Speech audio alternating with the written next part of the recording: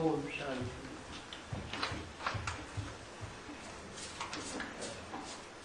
आज की मुरली है 7 जनवरी 1967, प्रातः क्लास। रिकॉर्ड चला है सो पाप की दुनिया से दूर कहीं ले चलो।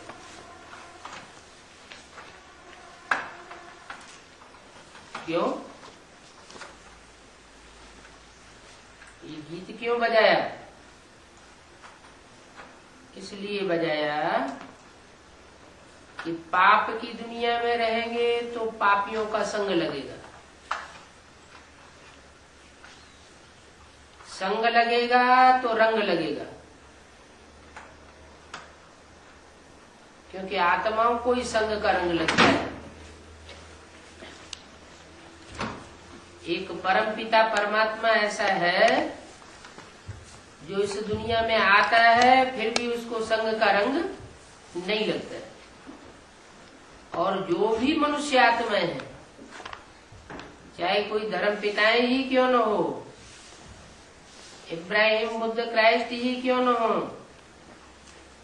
रामकृष्ण की आत्माएं ही क्यों न हो, उनको संग का रंग जरूर लगता है। तो कलयुग की दुनिया तो पाप की दुनिया है। पाप की दुनिया में पापों से छूटना चाहते हैं तो भी नहीं छूट सकते। तो गीत बनवाया है बाप ने, अर्थ भी बताए गए हैं कि बच्चे अब थक चुके हैं, इस पाप की दुनिया से दूर जाना चाहते हैं। दूर कहाँ? पाप की कलयुगी दुनिया से दूर कौन सा देश है? कलयुग से दूर है द्वापर, और द्वापर से भी दूर है त्रेता, त्रेता से भी दूर है सतयुग, और सतयुग में भी आत्माएं आती हैं बहुत दूर देश से, जिसे कहते हैं शांति धाम। तो शांति धाम जाना पड़े पहले। क्यों? उल्टी सीढ़ी चढ़ करके सुखधाम क्यों नहीं जा सकते? सतयुग में क्यों नहीं जा सकते? इसलिए नहीं जा सकते कि आत्मा पहले अपने स्वरूप को पकड़े। आत्मा है ही शांत स्वरूप। इस पाप की दुनिया में देह अभिमानियों के संग के रंग में आते आते देह अभिमानी बन पड़ी, माने आत्मा अपन को देह समझने लग पड़ी। 5 तत्वों के संघात से बने हुए शरीर में आत्मा अपने को देह अभिमानी जड़त्वमयी मानने लगी। बुद्धि ऐसी जड़ हो गई है कि जो भी काम करते हैं वो उल्टा हो जाता है। समझते हम बड़े बुद्धिमान हैं। आज की दुनिया के तबक्के में वैज्ञानिक बड़े बुद्धिमान माने जाते हैं, लेकिन वैज्ञानिकों की बड़े से बड़ी उपलब्धि जो एटॉमिक एनर्जी है, वो दुनिया का संहार करने के निमित्त बन गई।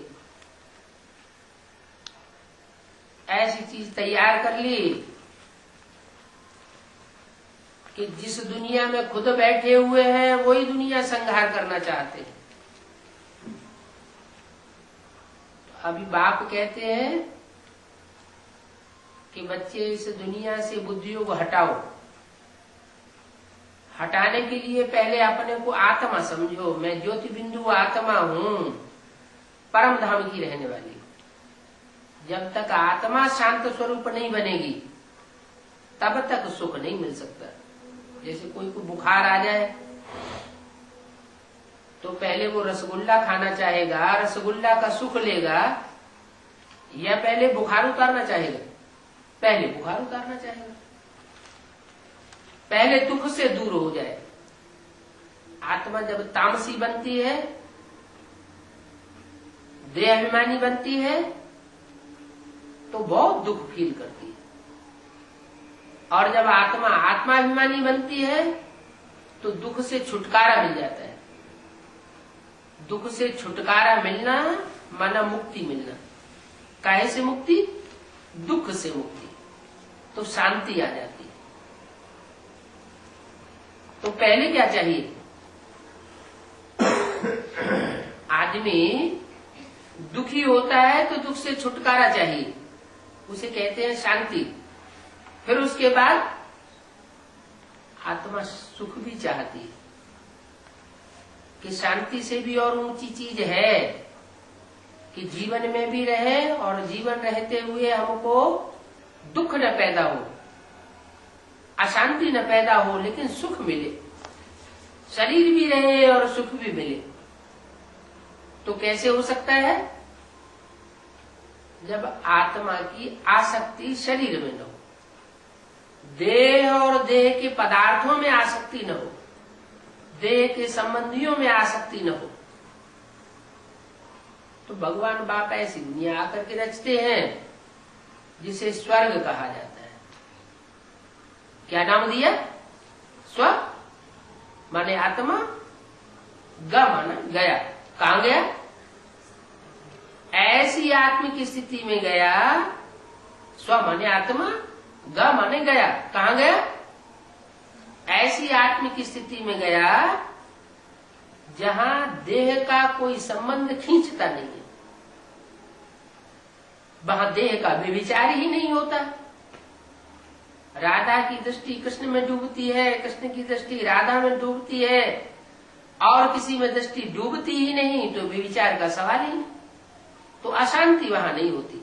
अशांति होती है वैश्यालय में, और शांति होती है शिव के रचे हुए शिवालय में। शांति पवित्रता से आती है। गाया भी जाता है, where is purity there is peace and prosperity. पवित्रता सुख और शांति की जननी है। तो आत्मा पहले अपने पवित्र स्वरूप में टिके कि मैं आत्मा ज्योति बिंदु हूं। ज्योति बिंदु बाप का बच्चा हूं। जैसे बाप हाथी होता है तो बच्चा भी हाथी की तरह होता है। बाप सांप होता है तो बच्चा भी सांप की तरह लंबा होता है। बाप चींटी मिसल होता है, कीटाणु मिसल होता है, तो बच्चा भी कीटाणु मिसल होता है। तो बाप है ज्योति बिंदु। वो ज्योति बिंदु का बड़ा आकार भारतीय परंपरा में मंदिरों में शिवलिंग बनाया जाता है पूजा करने की सुविधा के लिए। वो शिवलिंग ही परमात्मा का स्वरूप है, परम पिता का स्वरूप है। किसका पिता? सब आत्माओं का पिता। जो भी आत्माएं हैं, बिंदु बिंदु बिंदु बिंदु शरीर धारण करने वाली आत्माएं, उन सब का बाप। सिर्फ मनुष्य आत्माओं का ही बाप नहीं है। कीड़े मकोड़े पशु पक्षी जो भी आत्माएं हैं, जो इस संसार में पाप की दुनिया में दुखी हो चुकी है। ऐसे नहीं कि पाप की दुनिया में मनुष्य ही दुखी होता है। हाँ, मनुष्य पहले दुखी होता है तो दूसरे प्राणी भी दुखी होते हैं। मनुष्य जब सुखी होता है तो दूसरे प्राणी भी सुखी होते हैं। मनुष्य के ऊपर सारा मदार है। क्यों? क्योंकि मनुष्य की आत्मा रूपी बीज ऐसा बीज है जो मनन चिंतन मंथन कर सकता है। मननात् मनुष्य है। मनन करने से मनुष्य कहा जाता है। और वो बनता कैसे है? तो मनु की औलाद बना तो मनुष्य बना। मनु माना ब्रह्मा। तो वो सुप्रीम सोल गर्भ से तो जन्म नहीं लेता, लेकिन इस सृष्टि पर जब आता है तो विशेष दो आत्माएं हैं जो हीरो हीरोइन के रूप में इस सृष्टि पर पार्ट बजाती है। राम और कृष्ण की आत्मा। उनमें से कृष्ण की आत्मा को वो पहले प्रत्यक्ष करता है, गाया भी जाता है। त्वमेव माता च पिता त्वमेव, पहले किसका नाम आया? माता का नाम। तो माता के रूप में वो पहले संसार में प्रत्यक्ष होता है। जो लौकिक रूप में सृष्टि रची जाती है बाल बच्चों की, उसमें भी बच्चों के सामने पहले कौन प्रत्यक्ष होता है? माँ प्रत्यक्ष होती है। बच्चे पहले माँ को पहचानते हैं। तो ये बेहद की सृष्टि भी ऐसी ही है। इसमें जो बेहद के माता पिता हैं, उनमें पहले में पहला माता का रूप इस सृष्टि में जब नई सृष्टि रची जाती है तो ब्रह्मा का रूप सामने आता है। जैसा काम वैसा नाम। ब्रह्मा ने बड़ी, माँ माने माँ। कैसी माँ? ऐसी माँ जिसने सारी दुनिया के बीच बड़ी से बड़ी माँ का पार्ट बजाया। माँ का काम क्या होता है? बाप से कैसा काम उसका भिन्न होता है। माँ बच्चों के लिए बहुत सहन करती है। जितना माँ सहन कर सकती है उतना बाप सहन नहीं कर सकता। जितना माँ प्यार दे सकती है उतना बाप प्यार नहीं दे सकता। तो माँ के रूप में छोटे छोटे बच्चों को, जिन्हें अपने स्वरूप का ज्ञान ही नहीं है, अपने बाप का पूरा ज्ञान ही नहीं है, सिर्फ माँ को पहचानते हैं, उन बच्चों को वो माँ पालना देती है, प्यार से पालना मिलती है। कोई मार की बात नहीं है।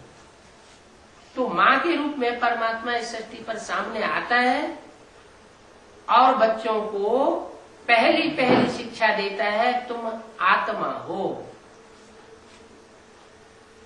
तुम जो अपन को देह समझ बैठे, ये देह समझने के कारण देह भान बढ़ता गया और पाप बढ़ते गए।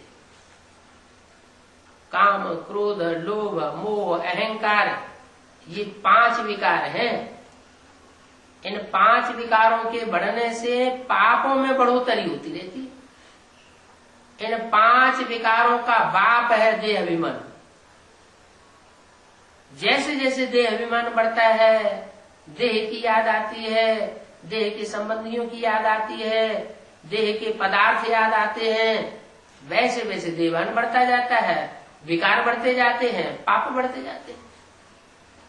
तो इन पापों से मुक्ति पाने के लिए पहला उपाय है अपन को आत्मा समझना, और दूसरे जो भी सामने बैठे हुए हो उनसे उनको आत्म की स्थिति में देखना। जो भी बात करता है, जो भी मिलता है, उसको आत्म की स्मृति में देखना। आत्म की स्मृति में देखने की जो प्रैक्टिस है वो परमात्मा बाप की याद दिलाई दे रही है। इसलिए मुरली में भी बोला है, आत्मा रूपी सुई की सारी कट उतरने पर तुम डायरेक्ट बाप से सीखेंगे। जब तक स्वयं आत्मा नहीं बने हैं, आत्मा की स्थिति में नहीं आए हैं, आत्मा की याद की प्रैक्टिस पक्की नहीं हुई है, तो परमात्मा बाप की भी असली रूप में याद नहीं आ सकती। परमात्मा बाप का असली रूप क्या है?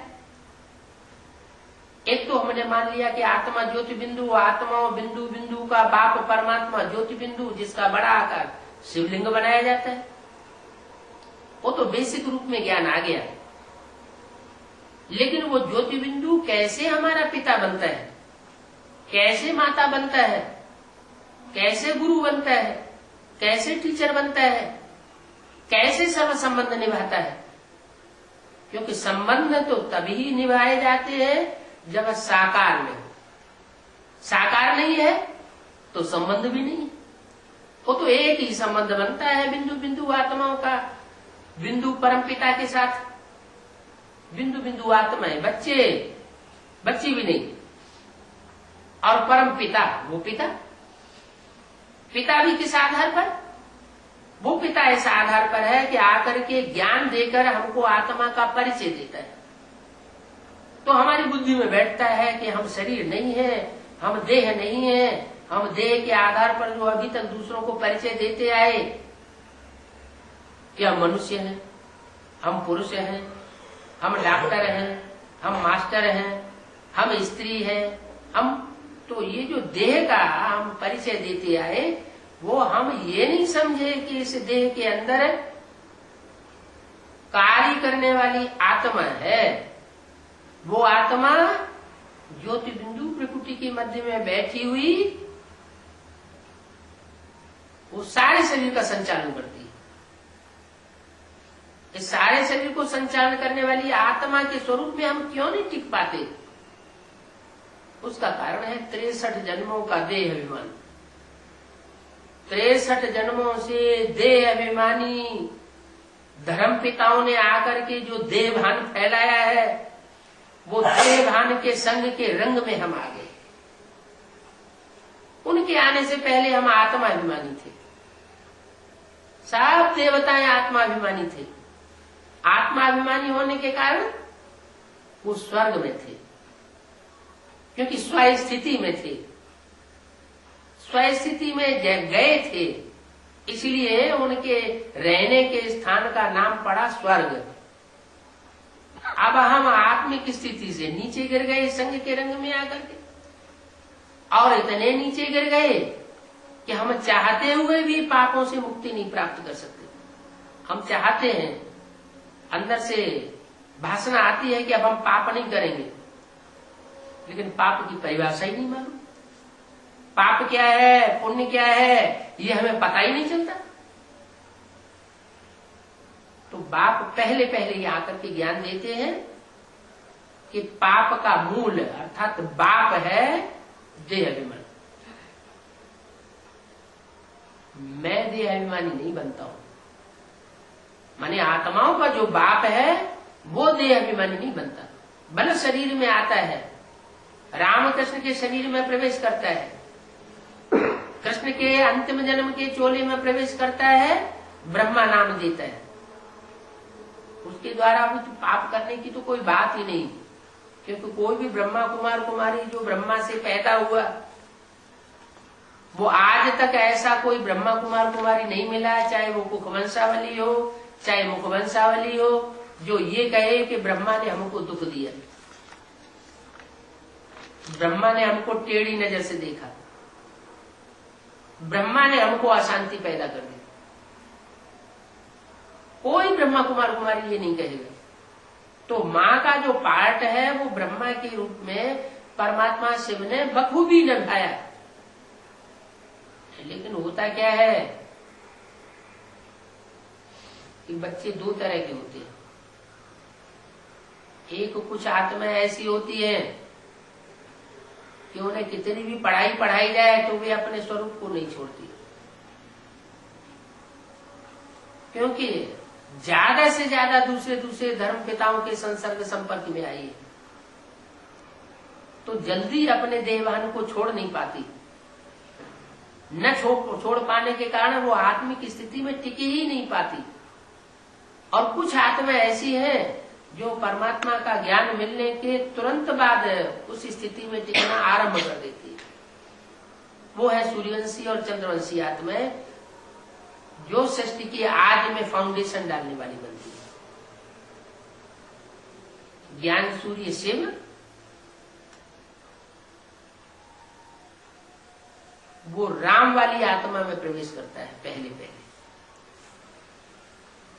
इसलिए गीता में लिखा हुआ है कि मैंने पहले ये ज्ञान सूर्य को दिया।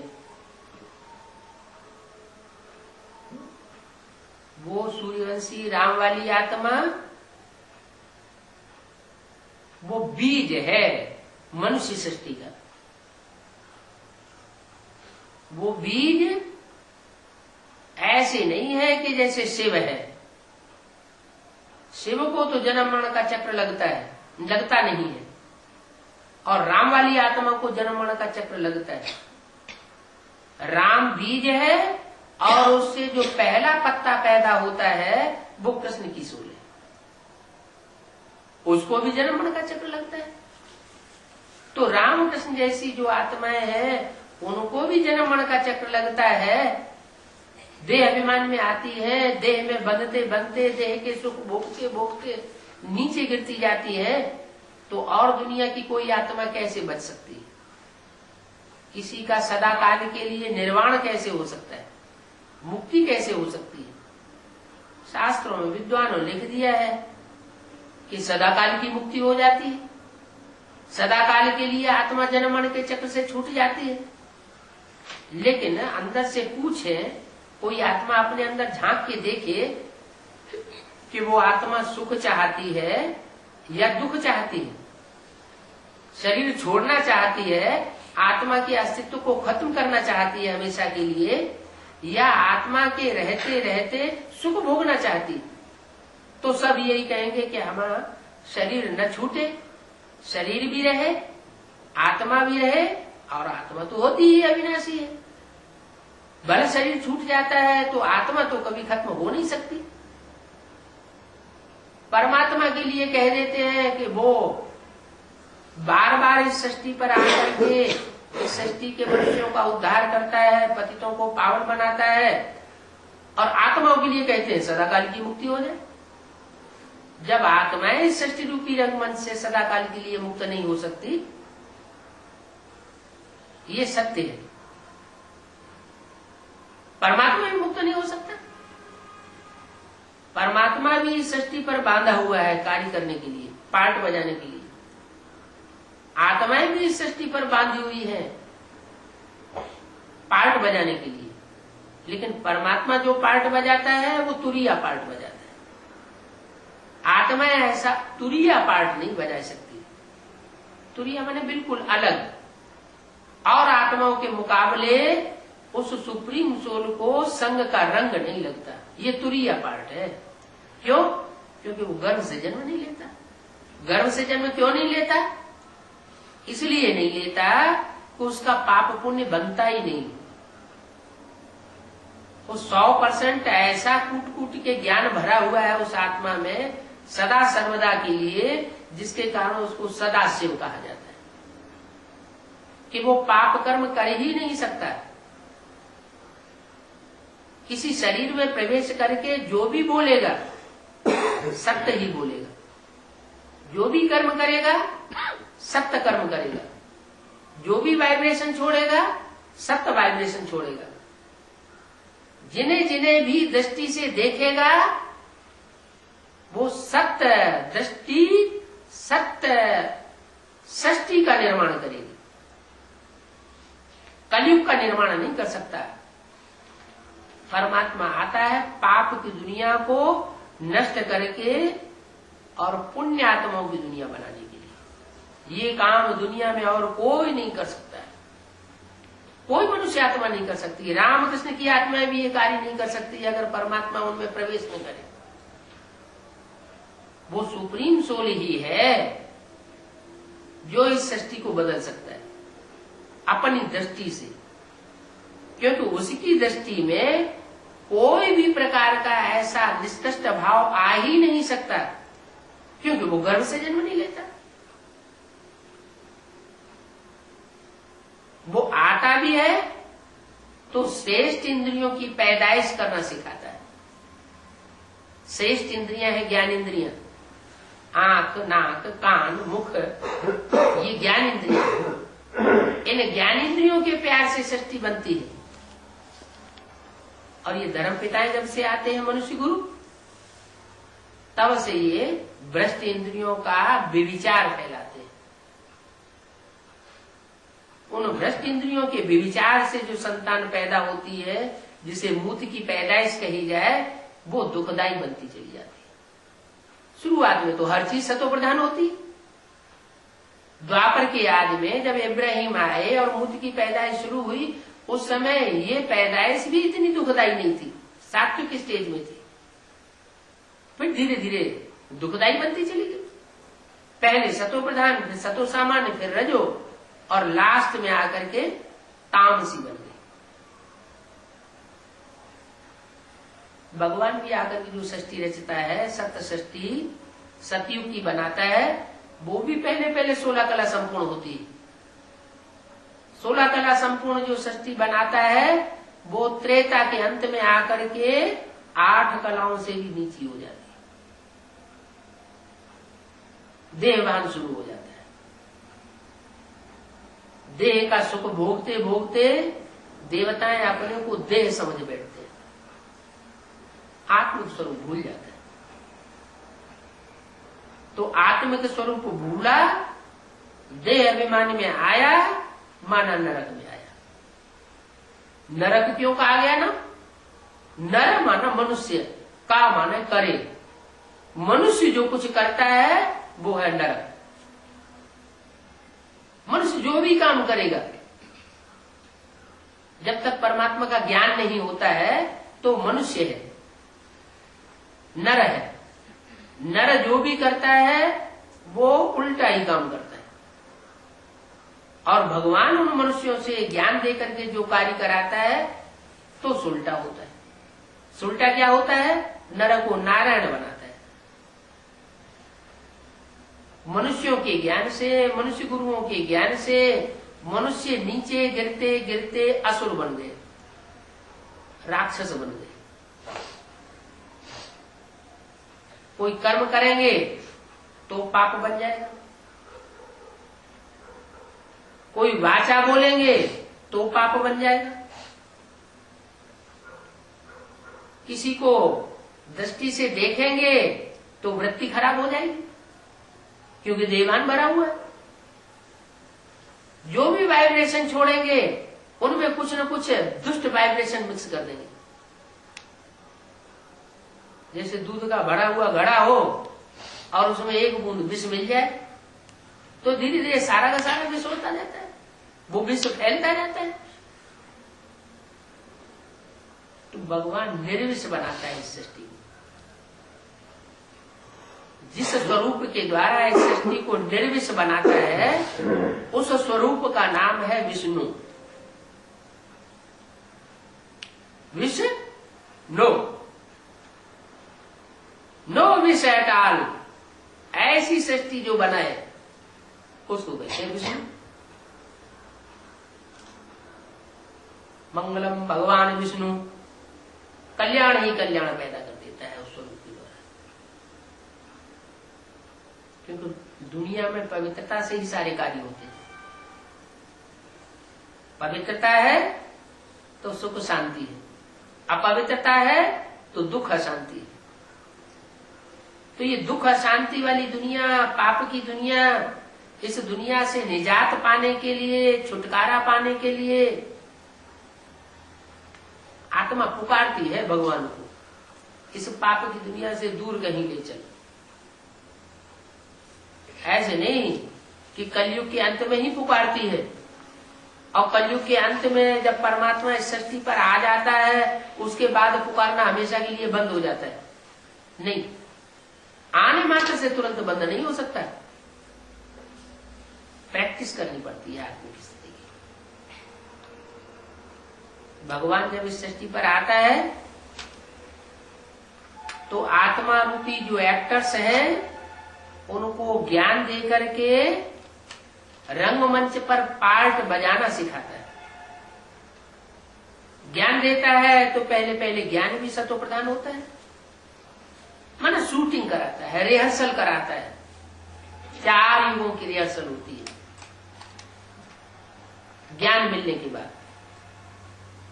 सतयुग, त्रेता, द्वापर और कलयुग। सतयुग की जो सतो प्रधान शूटिंग होती है उसमें आत्माएं शूटिंग पीरियड में भी बड़ी शांत रहती है। भले दुनिया वाले बड़े अशांत करते हैं तो भी अंदर से बड़ी खुशी रहती है। जैसे कराची में था, कराची में जो फाउंडेशन पड़ा वो सतयुगी फाउंडेशन पड़ा। एक का संग था, दुनिया वालों का कोई संग का रंग नहीं लग रहा था, तो 7 में तो शूटिंग हो गई। और अभी ब्राह्मणों की कैसी शूटिंग हो रही है, चाहे बेसिक नॉलेज के ब्राह्मण हो चाहे एडवांस पार्टी के ब्राह्मण हो, दोनों की हालत क्या है? अभी निश्चय बुद्धि, अभी अनिश्चय बुद्धि। सब एक जैसे नहीं है, कोई ज्यादा निश्चय बुद्धि की स्टेज में टिकते हैं, ज्यादा लंबे समय तक टिकते हैं, कोई को घड़ी घड़ी अनिश्चय आता है, घड़ी घड़ी उनको संभालना पड़ता है। घड़ी घड़ी अगर ज्ञान योग में न टिके तो अवस्था बहुत ऊंची नीची होती रहती है, संग का रंग बहुत जल्दी लग जाता है। तो जब ऐसी तामसी स्टेज की शूटिंग होती है तो उसका भी अति होती है तो उसका अंत हो जाता है और फिर परमात्मा बाप प्रत्यक्ष हो जाता है। अभी ब्राह्मणों की दुनिया में ऐसे नहीं है कि 69 से ब्रह्मा बाबा ने शरीर छोड़ दिया तो परमात्मा बाप शिव ने पार्ट बजाना बंद कर दिया, नहीं, वो गुप्त पार्ट बजाता, प्रत्यक्ष होकर के पार्ट नहीं बजाता। गुप्त होकर पार्ट बजाने की वजह से जो जितनी ज्यादा ज्ञानी आत्मा होती है वो उतना उस स्वरूप को पहचान पाती है, और जितनी ज्यादा अज्ञानी होती है ज्ञान लेने के बाद भी अज्ञानता के कर्म करती है उतना परमात्मा पार से दूर रहती है और पहचान नहीं पाती है। इसलिए भगवान बाप तो ये भी कहते हैं कि मेरे साथ रहने वाले बच्चे मेरे को नहीं पहचान सकते। दिन रात साथ रहते हैं, साथ खाते हैं, साथ पीते हैं, साथ में सोते हैं, सब तरीके से साथ है। कोई ये नहीं कह सकता कि साथ नहीं मिल रहा है, फिर भी पहचान पूरी नहीं होता। और जब पहचान पूरी नहीं होती तो बुद्धि बाहर की दुनिया में भागती है। रहते हैं मधुवन में और बुद्धि रहती है उनकी बाहर की दुनिया में। तो शूटिंग कहां की होगी, संकरंग कहां का लगेगा? बाहर की दुनिया का संकरंग लगेगा या परमात्मा बाप का संकरंग लगेगा? बाहर की दुनिया का संकरंग। लंबे समय तक शूटिंग पीरियड में ये संकरंग लगता रहा तो अंतमते सो गति कौन सी होगी? क्या गति होगी? बाहर की दुनिया वालों से प्राप्ति होगी या परमात्मा बाप से प्राप्ति होगी? बाहर की दुनिया में चले जाते हैं, क्योंकि लंबे समय तक उनकी बुद्धि का योग बाहर की दुनिया में रहता है। इसलिए कहते हैं कि मधुवनवासी किसको कहा जाता है? ऐसे नहीं कि जो मधुवन में सरेंडर होकर के रहते हैं, साथ साथ रहते हैं प्रैक्टिकल में साकार में, वो मधुवनवासी है। नहीं, मधुवनवासी वो है जिनकी बुद्धि मधुवन में रहती है, मधुवन से बाहर नहीं जाती। भले गर्भस्थ की माताएं हैं, बांधेली माताएं हैं, बंधन में पड़ी हुई है, लेकिन उनकी बुद्धि का योग अगर मधुवन में बना रहता है बाप के घर में, तो कहते हैं कि वो ही मधुवनवासी है। भले शरीर से बाहर की दुनिया में है लेकिन बुद्धि मन बुद्धि से मधुवन में है, तो मधुवनवासी। तो अंदर की बात और बाहर की बात बाहर से देखने में पहचान में नहीं आती। हाँ, एक्ट में आते हैं, वाचा में आते हैं तो पकड़ में आ सकते हैं कि इनकी बुद्धि बाहर रहती है या अंदर रहती है, ये अंतर्मुखी है या बहिर्मुखी है। जैसी स्थिति होगी वैसी शूटिंग होगी। लगातार की आत्मिक स्थिति बनाए रखेंगे तो अंतर्मुखी शूटिंग होगी। आत्मिक स्थिति से परे हो जाते हैं तो देहाभिमानियों का संकरंग लगता है। तो ज्ञान मिलने के बाद भी 4 अवस्थाओं से आत्माओं को पसार होना पड़ता है, चाहे वो एडवांस नॉलेज हो और चाहे वो बेसिक नॉलेज हो। एडवांस नॉलेज में ज्ञानी आत्मा जरूर बनती है,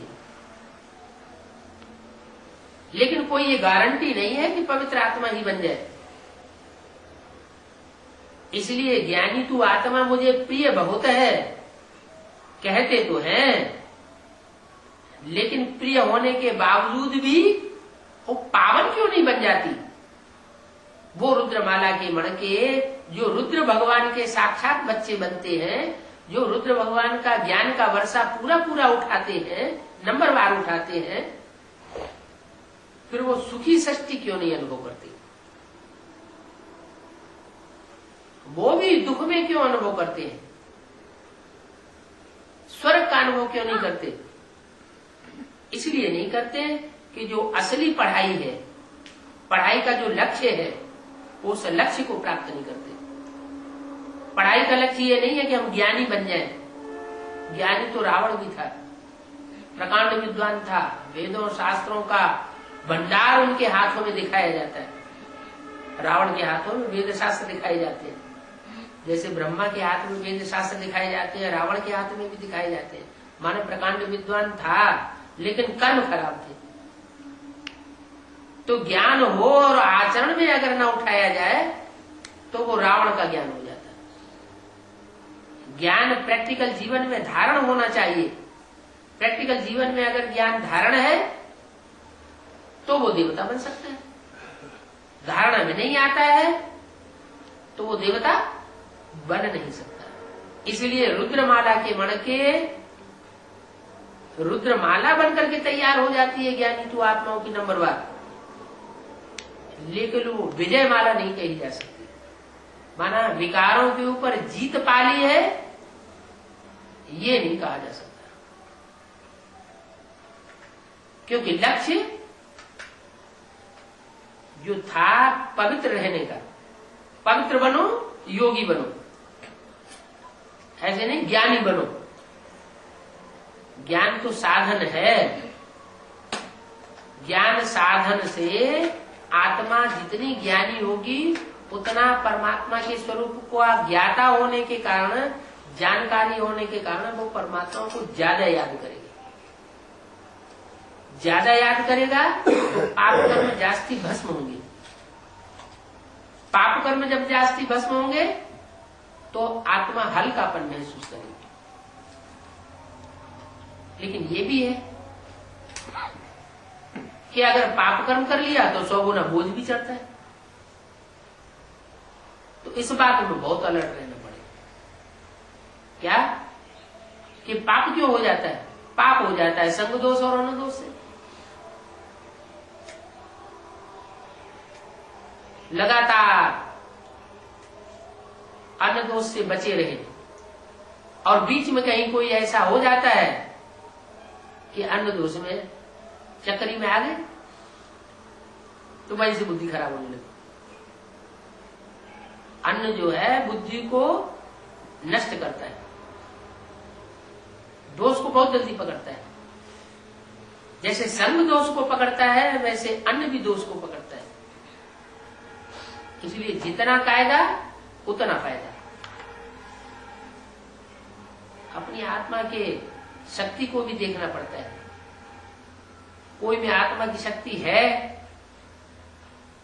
कि वो किसी के साथ है उसका कल्याण करने के लिए थोड़े समय के लिए उस आत्मा के कल्याण के हिसाब से अन्न दोष में आ भी जाता है, लेकिन याद में खूब रहता है। अंदर की अलर्टनेस पक्की है, मोह में माया में नहीं फंसता, उन आत्माओं के अटैचमेंट में नहीं आता, ऊपर ऊपर से व्यवहार करता है तो बच जाता है। अगर अटैचमेंट में आ गया और अनुदोष भी कर लिया, संग में भी आ गया तो नहीं बच सकता। तो आत्माएं जो है पुरुषार्थ करती है, लेकिन पुरुषार्थ करते करते पाप का ध्यान बहुत रखना पड़े। संग दोष में आती है तो पाप हो ही जाता है, और जिनके संग में आती है उनका अन्न भी खाना पड़ता है, नहीं तो नाराज हो जाते हैं। तो आत्मा अंदर से चिल्लाती है इस पाप की दुनिया से दूर कहीं ले चल, बहुत दूर ले जा, जो इनके संग के रंग में आना ही न पड़े, जो हम नीचे गिरे। आत्म की स्थिति में रहने वाले जो प्रैक्टिस करने वाले हैं वो भी ऐसे कहने लग पड़ते हैं। जब ऐसी स्थिति हो जाती है तब फिर परमात्मा को अपने स्वरूप को प्रत्यक्ष करना पड़ता है। गुप्त पार्ट में जाता है फिर प्रत्यक्ष पार्ट में जाता है। जब प्रत्यक्षता होती है तो फिर सभी पहचान जाते हैं, वो कोई बड़ी बात नहीं है। सूर्य उग करके सामने आ गया फिर पहचान लिया तो कोई बड़ा पुरुषार्थ नहीं है। इसलिए कहते हैं सूर्य उगने से पहले जो वेला होती है वो अमृत वेला होती है। उस अमृत वेला में अमृत बरसता है। वो अमृत जिसने पिया वो अमर हो जाता है। तो अभी ज्ञान सूर्य गुप्त है, जल्दी ही टाइम आने वाला है कि प्रत्यक्षता होने वाली है। जो थोड़ा बहुत टाइम बचा है उस टाइम में अंतिम समय में जिसने पुरुषार्थ कर लिया और पुरुषार्थ करके ऊंचा भाग्य बनाई लिया तो उसके लिए कहेंगे वाह वाह। जैसे कोई एग्जाम देते हैं तो सारी वर्ष पढ़ाई पढ़े या ना पढ़े, लेकिन एग्जाम होने के टाइम से पहले वो पढ़ाई पढ़ लेता है रात दिन जाग करके, तो अच्छा नंबर पा जाता है। ऐसे ही यहाँ अभी टाइम अंत समय का चल रहा है। कोई ऐसी ऐसी भाग्यशाली आत्माएं हैं कि अंत समय में ही आ रही है, एडवांस में। जो एडवांस में आती हैं उनकी शिफ्ट ये होती है मोस्टली ऐसी आत्माएं कि वो आदि में भी थी लेकिन बीच में अभी एडवांस में नहीं आई है, लंबे समय से नहीं आई है, तो उनके लिए एक तरह से अच्छा ही है। क्योंकि एडवांस में जो शुरुआत में आ गए और फिर विरोधी बन गए तो फायदा हुआ या नुकसान हुआ? ये तो बहुत भारी नुकसान हो गया। सदगुरु निंदा कराने वाले बन गए। वो तो उस लिस्ट में आ गए जिसके लिए बोला गया है सदगुरु निंदक ठौर न पावे। जो सदगुरु की निंदा करने वाले हैं वो जो नई सृष्टि बनेगी उस नई सृष्टि में उनको नजदीक स्थान नहीं मिलेगा, नजदीक स्थान नहीं मिलेगा, दूर का नंबर मिलेगा। ठौर न पावे का मतलब जैसे अष्टदेव की माला है तो अष्टदेव की माला में जिन्होंने एक एडवांस की शुरुआत में ग्लानी कर दी वो नहीं आ पाएंगे। 12 की लिस्ट में आ सकते हैं, सूर्यवंशियों की 12 की लिस्ट में आ सकते हैं क्योंकि बड़े तीव्र पुरुषार्थी हैं। वो इतने तीव्र पुरुषार्थी हैं कि अभी अभी ऊपर अभी अभी नीचे, और उनके फॉलोअर्स इस बात को नहीं समझ पाते। वो उनको फॉलो करते, फॉलो करने की वजह से वो उनके नीचे नीचे गति को पकड़ लेते हैं। पहले दुर्गुणों को आदमी जल्दी पकड़ता है और सद्गुणों को जल्दी नहीं पकड़ पाता है। माया का एक बहुत बड़ा सद्गुण है, कौन सा?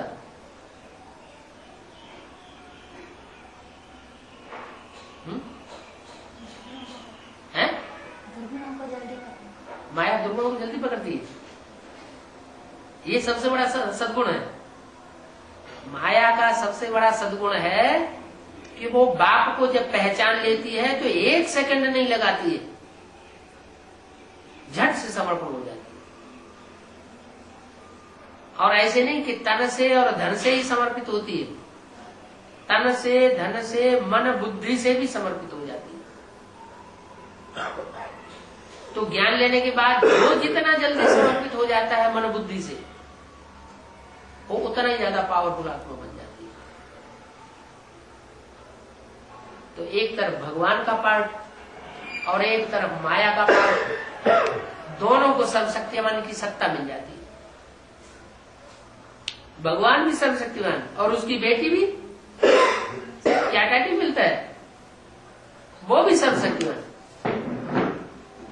तो पावरफुल हुई ना, जो भगवान की पावर है वो उसके पास भी पावर आ गई, और जो शक्ति है पावर है उसी से सुख भोगा जाता है, राज्य भोगा जाता है। शक्ति नहीं है आत्मा में, आत्मा में पावर ही नहीं है, तो जन्म जन्मांतर के लिए राजाई भोगी नहीं जा सकती। ये बात दूसरी है कि माया की पावर मायावी पावर है और देवताओं की दैवीय पावर है। जो ईश्वर से डायरेक्ट मिलती है उसमें अंतर पड़ जाता है। वो मायावी दुनिया में ज्यादा सुख भोगती है, राजी करती है। शूटिंग का हिसाब देखा जा सकता है। शूटिंग के हिसाब में ब्राह्मणों की दुनिया में कौन सी आत्मा है जो लंबे समय से राजी कर रही है, गद्दी पे बैठी हुई आ रहा बुद्धि में है? कौन बेसिक में कौन है? है ना, बेटी है नाम उसका, बेटी माना कुमारी, कुमार का नाम है ना। और जब बाबा जीवित थे तो भी मुरली में बोला है, इन सब सितारों में सबसे जास्ती खातिर किसकी होती है? कुमार का। उस समय भी दिल पे चढ़ी हुई थी। और उस आत्मा का समान पुरुषार्थी हुई विश्व किशोर भाऊ, वो भी बाबा के दिल पर चढ़े हुए। धन संपत्ति सारी उसकी निगाह में रहती थी। यज्ञ में जो भी भंडार था, कोई बड़ा काम करने के लिए बाबा उसको भेजते थे पहले। जैसे कराची छोड़ करके जब हिंदुस्तान आए, बड़े जहाज में माल डाल और बच्चों को लेकर के बाबा जब आए बंबई में, तो बंबई से सबसे पहले विश्वेश्वर भाऊ को भेजा कि जाओ बड़े शहरों में खोजो जाके कहीं कोई बड़ी बिल्डिंग मिल जाए। अहमदाबाद जाओ, पहले अहमदाबाद भेजा, देखो जाके कोई स्थान। विश्वेश्वर भाऊ को वहां स्थान ही नहीं मिला। अहमदाबाद में कोई स्थान नहीं मिला, ऐसा कोई बड़ा बंगला मिला नहीं। फिर किसी ने उनके कान में ऐसा बताया कि वो एक बंगला वहां माउंट आबू में खाली पड़ा है, पोखरान हाउस, किसी राजा का बंगला है। वहां जाने से वो मिल गया। तो कोई भी बड़ा कार्य करते थे बाबा तो विश्वेश्वर भाऊ आगे रखते थे। वफादार बच्चा था बाबा।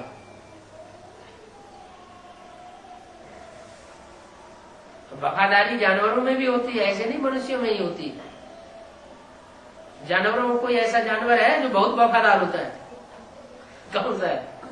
तो कुत्ता है। कुत्ता क्या हम क्यों ले लिया है? कुत्ते में दुर्गुण है, व्यभिचार के दुर्गुण ज्यादा है, फिर भी उसमें सद्गुण भी है। जैसे माया में दुर्गुण भी है, तो माया में एक सद्गुण सबसे ज्यादा है कि उसकी बुद्धि में जब कन्फर्मेशन हो जाता है तो वो देर नहीं लगाती। माया है विदेशी, माया रावण है विदेशी, और राम बाप है स्वदेशी।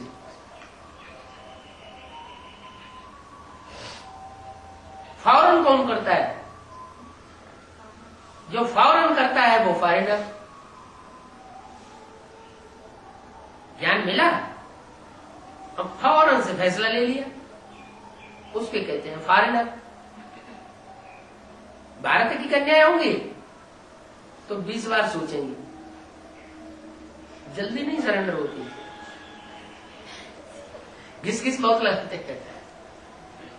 फॉरेन की कन्या होगी, अगर बुद्धि में फर्ज बैठ जाएगी तो पट से सरेंडर हो जाएगी। फॉरेन माने फौरन। और हिंदुस्तान में ये परंपरा है कि माना जाता है कोई काम करो तो जल्दी मत करो, अच्छी तरह से सोच समझ के फिर कदम उठाओ। ऐसा ना हो कदम उठाने के बाद फिर पीछे आना पड़े, वापस आना पड़े। अगर कदम उठाने के बाद वापस आना पड़ा तो मामला बिगड़ जाएगा। जैसे फॉरेनर्स एडवांस पार्टी शुरू होती है और फॉरेनर्स बाप को प्रत्यक्ष करते हैं, क्योंकि नियम बना हुआ है विदेशी ही बाप को प्रत्यक्ष करते हैं। तो धड़ाक से कूद तो पड़ते हैं, फैसला तो ले लेते हैं, लेकिन पूरी पहचान नहीं हो पाती जल्दी। पूरी पहचान न होने के कारण फिर बाद में बंडर खाते हैं, अरे ये क्या हुआ, ये तो हमने समझा ही नहीं। जब बात को समझा नहीं तो उन्हें संशय पैदा हो जाता है। संशय बुद्धि विनश्यति, ऐसी विनश्यति की स्टेज में आते हैं कि विरोध ही विरोध, विरोध ही विरोध, तो पद नीचा हो जाता है। तो बजाय पद नीचा करने के क्या करना चाहिए, अच्छी तरह सोच समझ के फिर बुद्धि को, तन को, मन को समर्पित करना अच्छा है। इसलिए भारतवासी विजयी हो जाते हैं और विदेशी माया उसको हार खानी पड़ती है।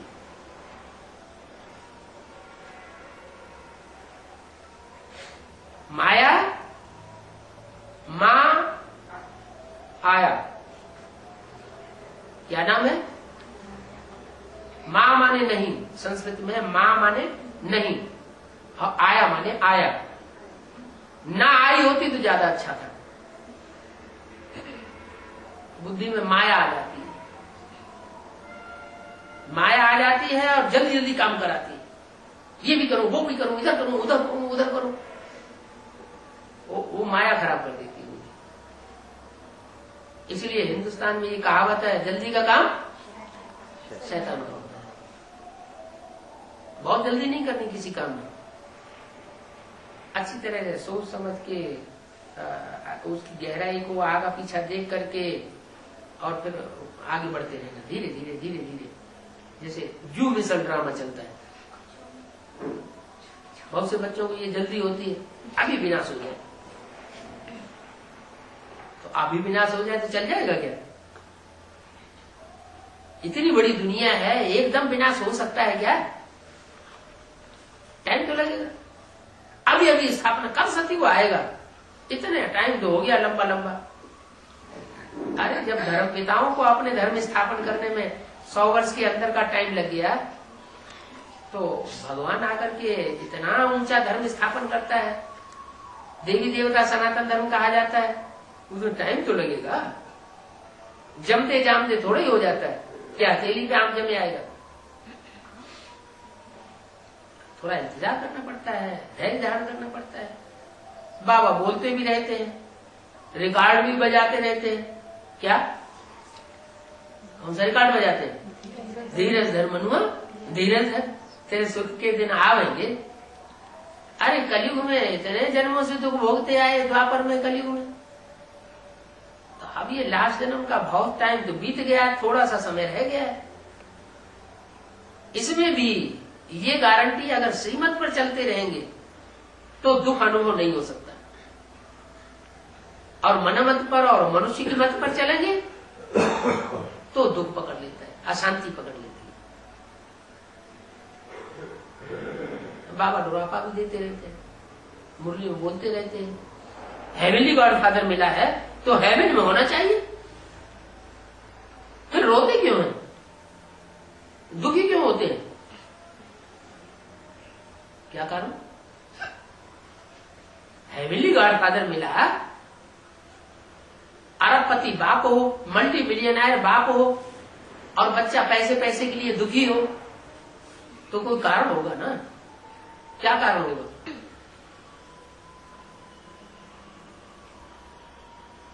कोई कारण होगा ना कि इतना दुखी क्यों है बच्चा, जब अरबपति का बच्चा है तो जरूर बाप की मत पर नहीं चलता होगा, अपनी ढपली अलग बजाएगा तो दूर हो ही जाएगा। ऐसे यहां भी है, बाप सबसे जास्ती दबाव देते हैं इस बात पर कि इस दुनिया में सब भ्रष्ट हैं। जो आज बहुत प्यार दिखा रहे हैं वो कल इतने स्वार्थी बन जाएंगे कि पता ही नहीं चलेगा कि इतने स्वार्थी ये हो सकते हैं। विश्वास ही नहीं कोई कर सकता ये ऐसे इतना नजदीक संबंधी, इतना ऐसा अविश्वासी हो सकता है। सैंपल भी दे दिया यज्ञ के आदि का, साथ साथ तालों के अंदर बंद करके रखा, इतना प्यार करते थे। फिर जब हिंदुस्तान पाकिस्तान की लड़ाई हुई, खून की नदियां बहने लगी, तो इतना भय पैदा हो गया कि कहाँ बहन है, कहाँ बेटी है, कहाँ पत्नी है, उनकी चिंता ही नहीं, उन्हें ध्यान ही नहीं दिया, बखड़े। जैसे घर में कभी जोर से आग लगती है तो पता चलता है कि सच्चे माँ बाप कौन है और झूठे माँ बाप कौन है। सच्चाई होती है तो पहले बच्चों को बचाएंगे, झूठे होते हैं तो अपनी जान लेकर के भाग जाएंगे, बच्चों की परवाह नहीं करेंगे। ऐसे ही दुनिया है। इस दुनिया में तो अभी झूठ और ज्यादा बढ़ता चला जा रहा है, सब झूठे बन जाते हैं, एक भी सच्चा नहीं रहता है। अगर सच्चा रहता भी है तो सुप्रीम सोल जिसमें मुकर्रर रूप से प्रवेश करता है वो ही सच्चा साबित होता है। इसलिए एक की कथा गाई हुई है, सत्यनारायण की कथा, सत्य लक्ष्मी की भी कथा नहीं गाई हुई है। 2500 साल साथ में रहेगी नारायण वाली आत्मा के साथ। कितना टाइम साथ में रहेगी? 21 जन्म का साथ देता हूं। वो बाप होते हैं लौकिक बाप, वो तो ऐसी जोड़ी बनाते हैं किसी एक जन्म में पूरा साथ निभाए न निभाए, बीच में ही शरीर छोड़ के चली जाए या चला जाए।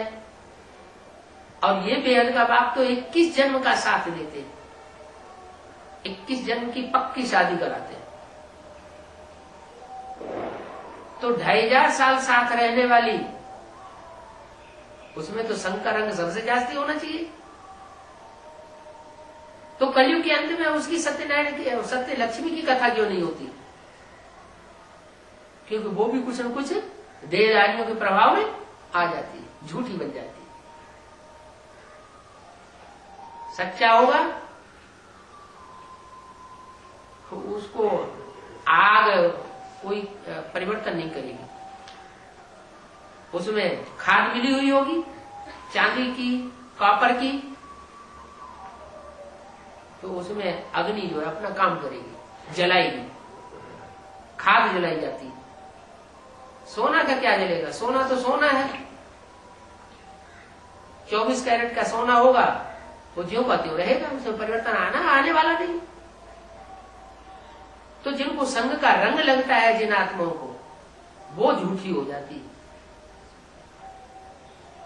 जो जन्म जन्मांतर झूठों से टकराता रहा होगा, वो यहाँ संगम युगी जीवन में भी देखने में आएगा कि हाँ टकराता रहा,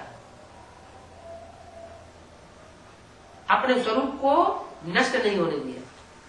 लेकिन बाबा कहते हैं माया बड़ी प्रबल है, ऐसा अहंकार कोई न करे।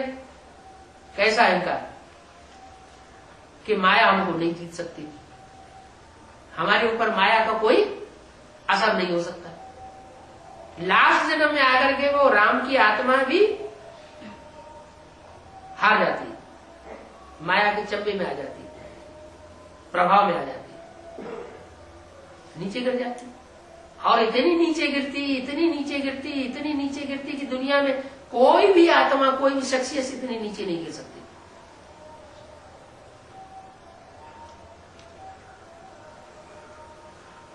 ड्रामा बना हुआ है, ऊंचते ऊंच पार्ट बजाने का और नीचते नीच पार्ट बजाने का।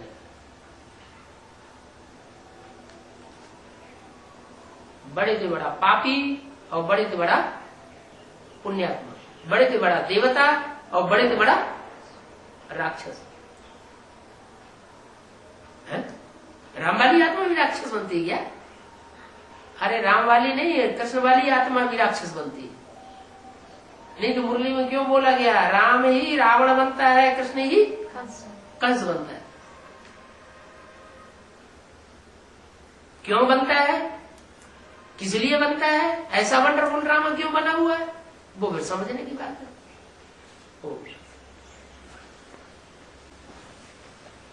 शरीर छोटा होता है, मैंने सुना है कि वो उनको 8 दिन पहले ही पता चल जाता है कि हमें 8 दिन पहले शरीर छोड़ देना है।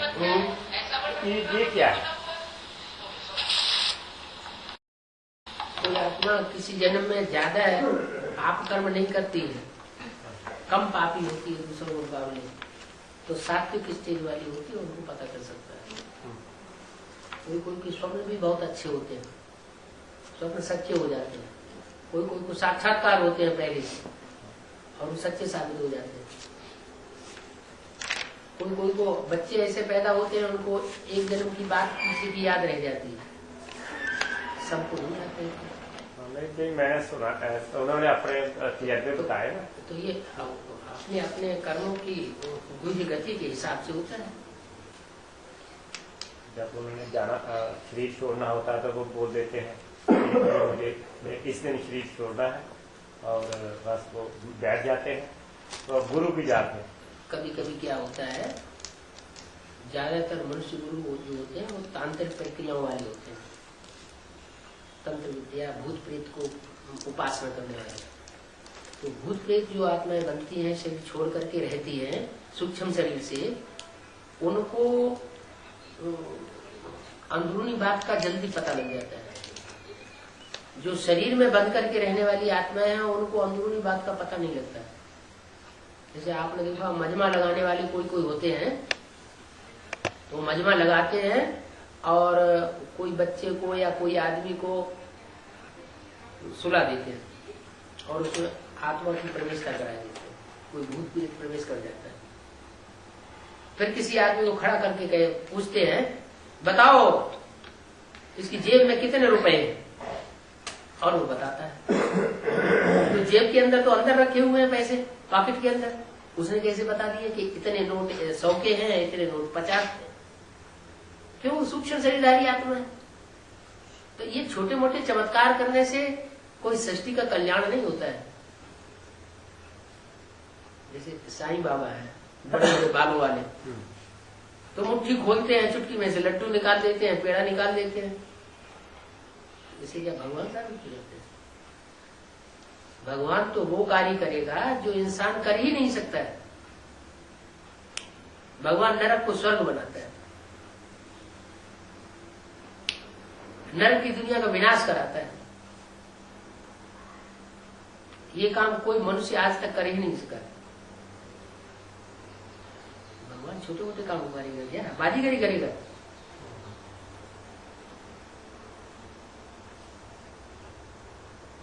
जादूगरों का काम, बाजीगरों का काम होता है छोटा मोटा। भगवान तो बड़ा काम करता है और गुप्त रह करके करता है। प्रत्यक्ष भी नहीं होता और गुप्त भी काम सारा संपन्न कर देता है, बाद में पता चलता है अंत, जब काम सब संपन्न हो जाता है। बाकी जो दूसरे धर्मगुरु हैं, उनके फॉलोअर्स जो है वो फिर मतलब वो उनको बिल्कुल फॉलो करते हैं। हाँ। और उनकी जो अवस्था होती है वो सात्विक बन जाती है, क्योंकि वो किसी को दुख भी नहीं देते हैं। जो फॉलोअर्स ऐसा दुनिया में कोई है ही नहीं जो मन से, वचन से, कर्म से किसी को दुख देता ही ना हो। थोड़ा बहुत, हाँ, थोड़ा बहुत होता होगा, वैसे ऐसे देखने में आते हैं कि नहीं। तो फिर वो जब शरीर जब ये अंत होगा, उसका रहस्य मालूम क्या है? मालूम भी है, ब्रह्म भूल जाते हैं। नहीं तो ये प्रश्न ही न करें। जो ऊपर से नई नई सोल उतरती है, जैसे आचार्य जी से आए और उनके पीछे पीछे जो उनके फॉलोअर्स आए, तो नई आत्माएं इसलिए शुरुआत में 2-4 जन्म वो सात्विक स्टेज का पार्ट बजाती है, इसलिए ऐसा है। और जो सबसे पुराना धर्म है, उस धर्म की आत्मा एकदम तामसी बन गई है, ज्यादा तमो प्रधान बनती है। उन्होंने सुख भी ज्यादा भोगा है, तो अंत में आकर के दुख भी ज्यादा भोगती है। तो उनसे टैली करना बेकार है। नहीं, इसका मतलब है कि वो आत्माएं जब शरीर छोड़ेंगी तो परमधाम में ज्यादा जन्म बैठी रहेंगी। हाँ, वो ज्ञान ही कम उठाती है, अहंकार इतना रहता है। आज जो जितनी दुनिया में जो बड़े बड़े गुरुओं के चेले हैं, वो ज्ञान सुनते ही नहीं। उदयधारी गुरुओं का उनको ज्यादा नशा करा, उनमें नशा है कि वो 8-8 घंटे उनकी जात में बैठे रहते हैं। जो उन्होंने बताया बस बैठे। हाँ, जो उन्होंने बताया उसकी 8-8 घंटे बैठे रहते। तो फिर और देहधारियों से अटैचमेंट होगा ना, फिर अटैचमेंट जितना बढ़ेगा उतना जास्ती याद आएगी। ऐसे नहीं किसी देहधारी की याद करने से सुख मिलता नहीं है, मिलता है, लेकिन अल्पकाल का सुख मिलता है। रिजल्ट में फिर बाद में पता चलेगा कि हम लंबे समय तक शांति धाम में बैठे रहेंगे, उनकी आत्मा, और थोड़े समय के लिए षष्ठी पार करके सुख होगा। अंत में हमको पता चलेगा। क्यों नहीं पता? 500 करोड़ मनुष्य आत्माओं में से कोई भी ऐसी आत्मा नहीं जो बाप के घर को न पहचाने और बाप को न पहचाने। नहीं तो इस दुनिया से छुटकारा हो ही नहीं सकता। इस दुनिया से छुटकारा तो तभी होगा, माने मुक्ति का वर्षा तभी मिलेगा। मुक्ति माने छुटकारा, दुख और शांति से छुटकारा तभी मिलेगा जब बाप को पहचाने। बाप का वर्षा कैसे पाएंगे? बाप का बच्चा नहीं बनेंगे तो। बच्चा वो जो बाप की बात माने। रचयिता अगर रचना के कंट्रोल में आ गया और मोह में फंस गया तो रचयिता रचयिता नहीं। रचयिता हमेशा कंट्रोलर होना चाहिए, रचना कंट्रोल्ड होनी चाहिए।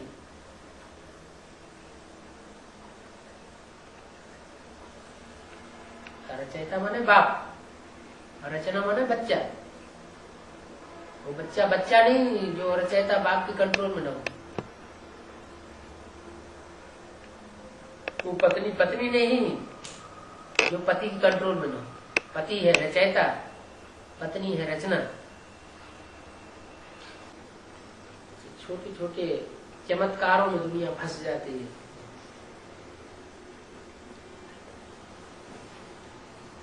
चमत्कारी बाबाओं को भगवान समझ लेती है। यही है, क्योंकि मैं राधा स्वामी सत्संग है ना, तो वहाँ तो जाते ही रहते हैं। तो वहाँ अभी भी जाते हैं, मगर पहले तो हमारा 20 साल समझो हो गए, तब तो हम तब से जाते रहते हैं। तभी का मैं उनका ही बता रहा हूँ कि वहाँ पर तो ऐसी ऊंची स्टेज के लोग मिलते थे कि वो दिन रात और सोते भी नहीं थे। तो वो उनकी अवस्था देखनी है तो खेला हुआ चेहरा, बस थकावट बिल्कुल नहीं। रात को वो ड्यूटी देते थे। राधा स्वामी सत्संग की शुरुआत किसने की? हाँ, स्वामी जी। शुरुआत हुई जैसे स्वामीनारायण संप्रदाय है। हाँ हाँ, तो उनके तो गुरु हुए हैं स्वामीनारायण। हाँ, एक बाबा थे, हाँ, उनसे शुरुआत हुई 500 साल पहले। ऐसे राधा स्वामी सत्संग की शुरुआत किससे हुई? ये दयाल बाग में है स्वामी जी। नहीं? कितने साल पहले की हिस्ट्री है? ये है 100 साल पहले की। 150 साल हो गया। हाँ, अभी लास्ट की आत्मा है। लास्ट में तो थोड़ा सुख में रहेंगी, लास्ट में प्रत्यक्षता होगी, तब वो भी तामसी बन जाती है। वो भी आत्मा नई नई सृष्टि को उतरती है। पहले सतो प्रधान, जन्म लेते लेते तमो प्रधान। वो तो मैंने देखा ना, अभी बीच में हुए तो हमने देखा बड़ों का भी अंदर से वो दुख ही देते हैं। किसी की असलियत का पता तब चलता है जब उसके साथ रहा जाता है। हाँ, नहीं यही हुआ ना। दूर दूर से सुन करके तो सुनी सुनाई बातें मिलती हैं, लेकिन नजदीक लगातार कोई रहे तो पहचान सकता है कि असलियत क्या है। वो भी भगवान को वो भी नहीं पहचाना जा सकता। उसमें भी एक पार्टधारी तो प्रत्यक्ष ही कर दिया बाबा ने। शंकर का ऐसा वंडरफुल पार्ट है जो तुम बच्चे भी समझ ना सको। जिन बच्चों को डायरेक्ट ज्ञान देते हैं वो बच्चे भी नहीं पहचान पाते।